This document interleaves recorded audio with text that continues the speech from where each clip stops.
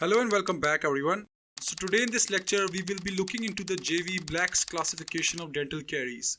So there are many different classification of dental caries that exist in the modern day times, but the most widely used and the most widely accepted by many different organizations of the world and teaching institutes is the J.V. Black's classification of dental caries, which was of course proposed by J.V. Black himself. J.V. Black is also considered as the father of operative dentistry. So based on the location of caries, he classified the carious lesions into 6 classes or 6 groups. So let's look into this classification of dental caries, starting with the class 1. So class 1 basically includes the caries that occur in the pits and fissures. So these most often occur on the occlusal surface of the posterior teeth, but this will also include the pits and fissures that extend down to the lingual or the buccal surface of the posterior teeth. Also included in this class are the caries that less often but do occur on the pits of the lingual surface of the anterior teeth.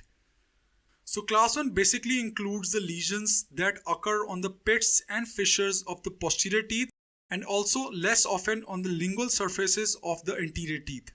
Now on to the class 2. So class 2 basically includes the caries that occur on the proximal surfaces of the posterior teeth. So any carious lesion occurring on either the mesial or the distal surface of any of the posterior teeth is included in the class 2 lesions.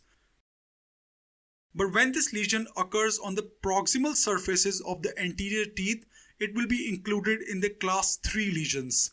So class 3 basically includes the carious lesions that occur on the proximal surfaces of the anterior teeth, whether it be an incisor or a canine. But this lesion is only on the proximal surfaces and does not involve the incisal edges. But if this carious lesion on the proximal surfaces of the incisor also includes the incisal edges, this will be termed as the class 4 lesion. So class 3 basically includes the carious lesions on the proximal surfaces of the anterior teeth but not on the incisal edges, while the class 4 includes the lesions occurring on the proximal surfaces of the anteriors that also has involved the incisal edges. So now the class 5. So the class 5 basically includes the carious lesions occurring on the gingival third or the lesions around the cervical third of the tooth. Now this can be any tooth, whether an anterior or a posterior, and the lesions may involve the cementum or the enamel or even both enamel and cementum, but it should be on the gingival third of the tooth to be named as the class 5 lesion. So now we finally move on to the last class, which is the class 6. So the class 6 basically includes the caries occurring on the cusps of posterior teeth, which are your molars and your premolars, as well as the cusps of canine. It also includes the lesions on the wear defects of the incisal edges of the anterior teeth. So the caries occurring on the cuspal tips and also on the incisal edges is termed as the class 6. So these are all the classes of the Black's classification of dental caries. So just a quick overview. Class 1 includes the carious lesions of the pits and fissures. Class 2 includes the carious lesions on the proximal surfaces of the posterior teeth. Class 3 includes the lesions occurring on the proximal surfaces of the anterior teeth.